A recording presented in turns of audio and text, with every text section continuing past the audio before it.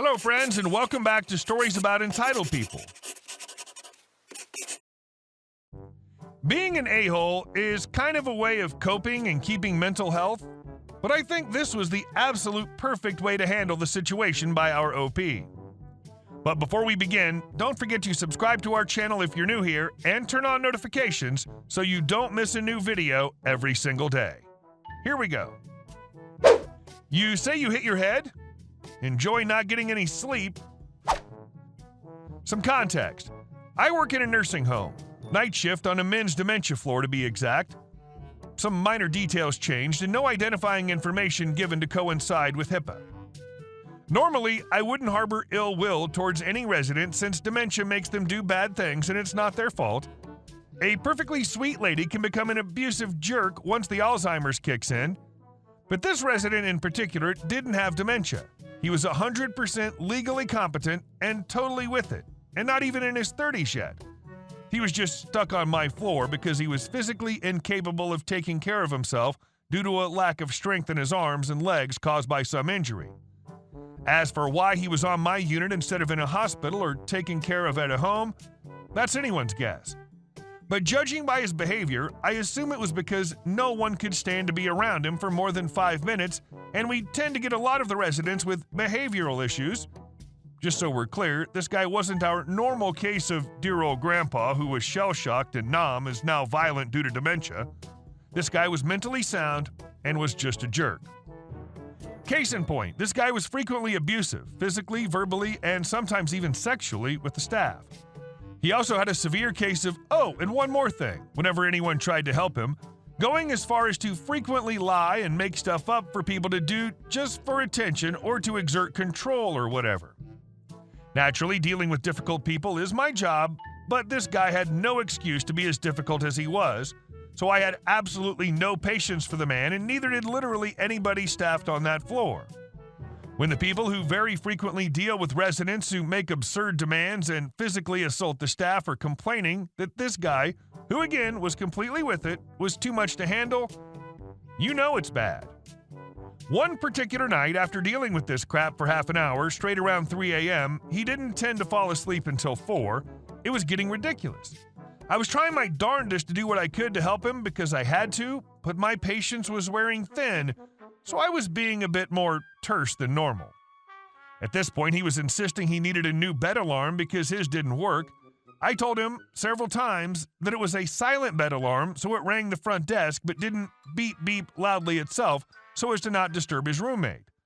To prove his point, he very suddenly conjured up all the strength his body somehow hid and flung himself off the bed as I stared in disbelief, not able to react. The area he landed on was free of anything he might hurt himself on, and in fact, he had fall mats on the sides of his bed to catch him anyway. He also had a very low bed. In total, he fell about 6 inches onto a soft mat as I watched him, but this guy insisted he had hit his head, despite no object even coming within a foot of his head on his descent.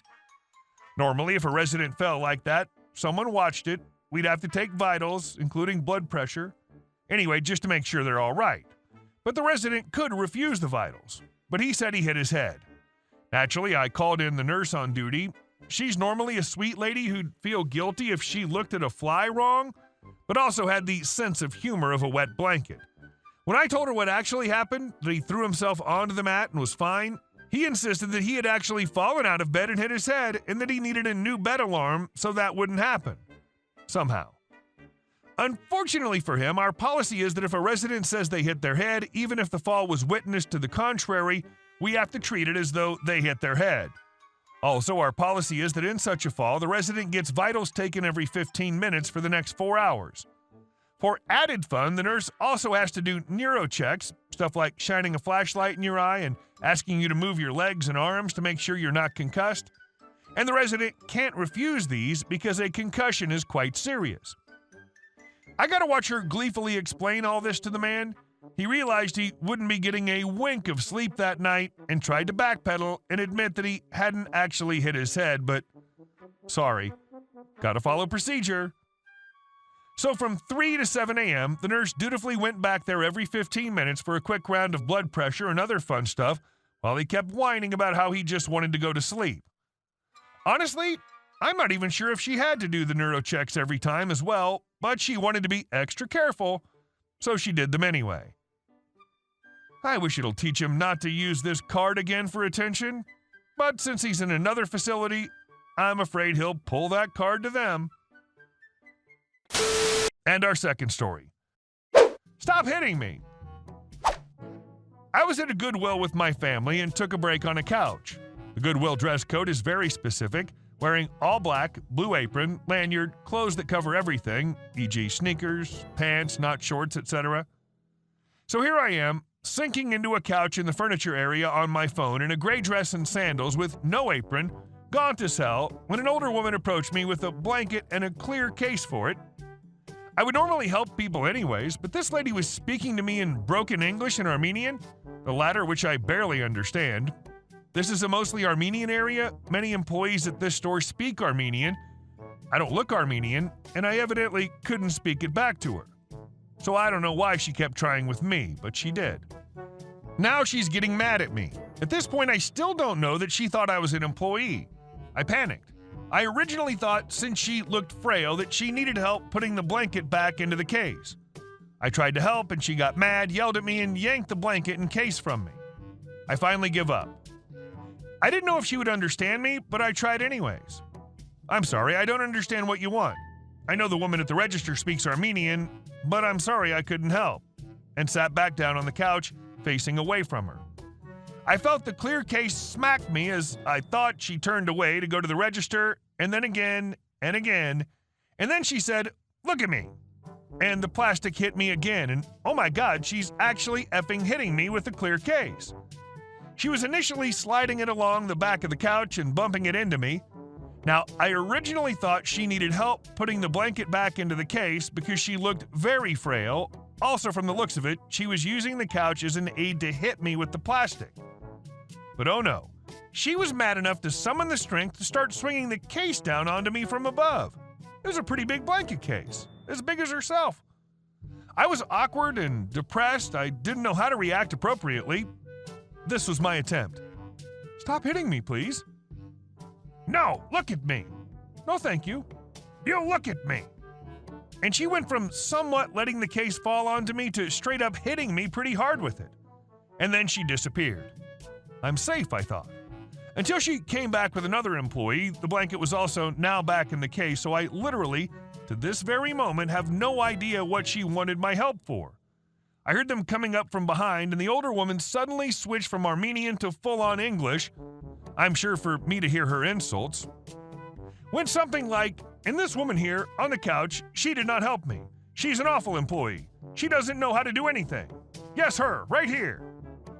My family goes to this Goodwill a lot, and the employees know us well. The employee came up from behind to see who I was, and her face dropped, looking absolutely horrified when she saw it was me. I didn't think that any of the employees saw her hitting me with the case, but she started on the old woman. "You were hitting her with the case?" "No, not hitting. She wasn't looking at me." Armenian. "And she's not even an employee."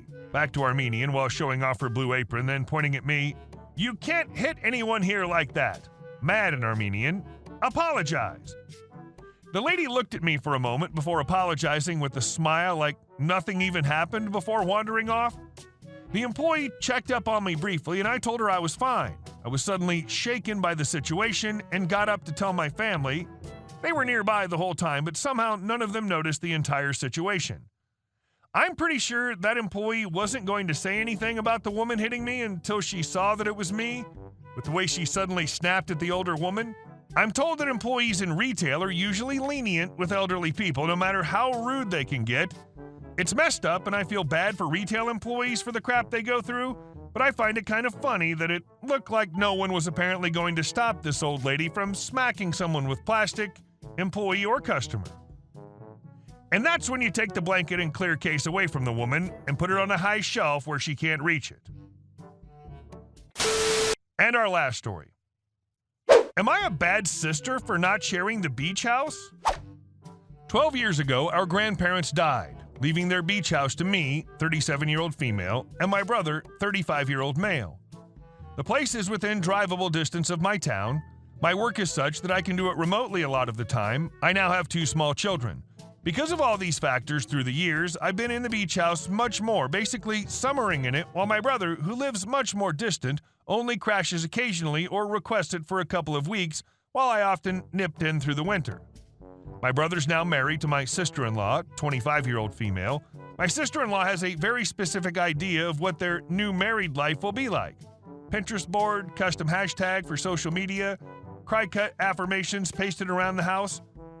The beach house features prominently in it. Despite their having to drive 4 hours to get to it, she insists we should divide time equally and leave it free if they want it, and that she may well redecorate to make it more hers. I've redecorated that house to suit me. I asked my brother for no money except for structural issues. There are 3 bedrooms, so there are no reasons we couldn't be there together. My brother literally told me he wasn't there enough to care about swapping use of the main bedroom, which was the only seafront one, in which my husband has built our bed. She wants that particularly, claiming it would be their perfect love nest. I think it's my bedroom, and while she's welcome to my brother's, she can't have mine. As well, we had established how to work it. I built my patterns around it, and I don't want to change it now. She says she can't be there while we're there because it would ruin the feeling of retreat. My brother's happy with whatever she's happy with, but I know very well determined opposition on my part will make him back down. The last discussion we had about it, when I pointedly asked would she like to decoupage, live, love, laugh on the kitchen table, he winced and left the room. So if I want to hold on to the house on my terms, I can. Edit. Believe you me, my brother wasn't in the beach house because he was having the time of his life elsewhere. I've spoken to a mortgage advisor as to how I should offer, and we'll discuss it with my husband, reusing our savings as deposit. I'll then offer to my brother when we meet up to discuss details being firmed up. My husband agrees to use savings for deposit to buy out, and my brother's fine with it, which is not surprising, because his wife was the only one who wanted the house. Hey guys, thank you all for watching the video. I'll see you in the next one.